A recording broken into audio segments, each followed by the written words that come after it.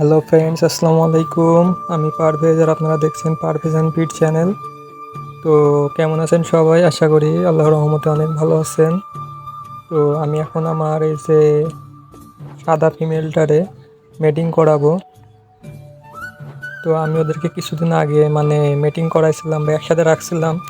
তো আমার একটা খরগোশ কনসিভ করেছে আর এই সাদাটা কনসিভ করেনি। তো আমার লাল খরগোশটা বাচ্চা দেওয়ার মতো হয়ে গেছে। তো সাদারা যেহেতু কনসিভ করেনি, তো ভাবলাম আজকে ওকে মিটিং করাই। তো দেখতে পাচ্ছেন আমি মিটিংয়ের জন্য দিয়ে দিয়েছি একসাথে। তো ওরা কিন্তু মিটিং করছে, তো 2বার মতো মিটিং করা হয়ে গেছে। তো আমি আর একবার মিটিং করা হয়ে গেলে তো মেল ফিমেল দুইটারে আলাদা করে দেব।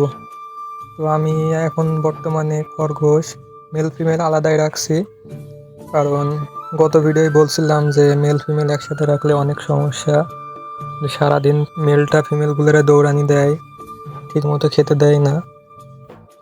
তো বিভিন্ন সমস্যা, যার কারণে আমি আলাদা করে দিয়েছি। আর সবচেয়ে বড় সমস্যা হলো যে খরগোশ যেহেতু বারবার মিটিং করে, তো খরগোশ কনসিভ করার পরে যখন ওদের গর্ভে বাচ্চা হয়ে যায়, তো তারপর যখন আবার মিটিং করে তখন পেটের ভিতরে বাচ্চাগুলো মারা যায় বা বিকলাঙ্গ হয়ে যায়, নষ্ট হয়ে যায়, বাচ্চা মিসক্যারেজ হয়ে যায়। যার কারণে সবসময় এদেরকে আলাদা রাখাই ভালো। তো যখন শুধুমাত্র মিটিং করাবেন তখন হয়তো 2 দিন বা একদিন করালেই হয়। তো অনেক সময় দেখা যাচ্ছে 2 দিন বা সর্বোচ্চ 3 দিন আপনারা একসাথে রাখতে পারেন বা মিটিংয়ের জন্য দিতে পারেন একসাথে। তো তারপর মেল ফিমেল আলাদা রাখাই বেটার। তো এতে করে খরগোশের কোনো সমস্যা হয় না। আর আপনার খরগোশটা কবে বাচ্চা দিবে তো সেই ডেটটাও আপনি জানতে পারেন।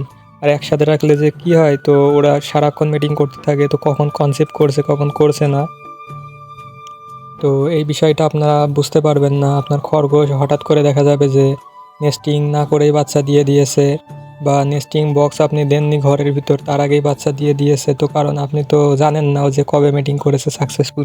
এই জন্যই মূলত মেল ফিমেল আলাদা রাখাটাই ভালো। তো সব দিক থেকে আলাদা রাখাটাই বেটার। তো যাদের আলাদা খাঁচা নাই বা আলাদা রাখার জায়গা নাই, তারা একসাথে রাখতে পারেন।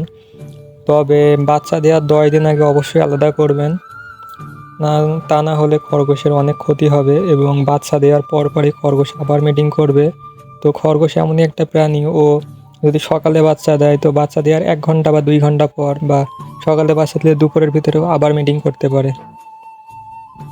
তো যখন ও বাচ্চা দেওয়ার পরপরই আবার মিটিং করবে তখন ওদের নাড়িটা কাঁচা থাকে। তো তখন ওরা যদি আবার মিটিং করে তো কনসিভের হার অনেক বেশি হয়ে যায়, বা অনেক সময় কনসিভ করে ফেলে।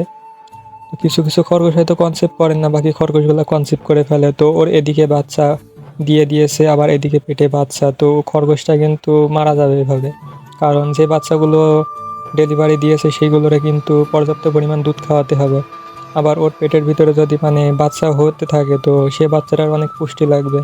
তো এভাবে খরগোশটা পুষ্টিহীনতায় ভুগতে ভুগতে একসময় দেখা যাবে মারা যাবে, কারণ বাচ্চাগুলোও মারা যাবে, মা খরগোশটাও মারা যাবে।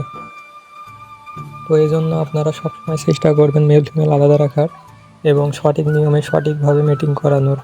তো আমার চ্যানেলে খরগোশের মিটিংয়ের নিয়ম সম্পর্কে অনেকগুলো ভিডিও আছে, তো আপনারা চাইলে দেখে আসতে পারেন। তো সকলে ভালো থাকেন, সুস্থ থাকেন, আল্লাহ হাফেজ।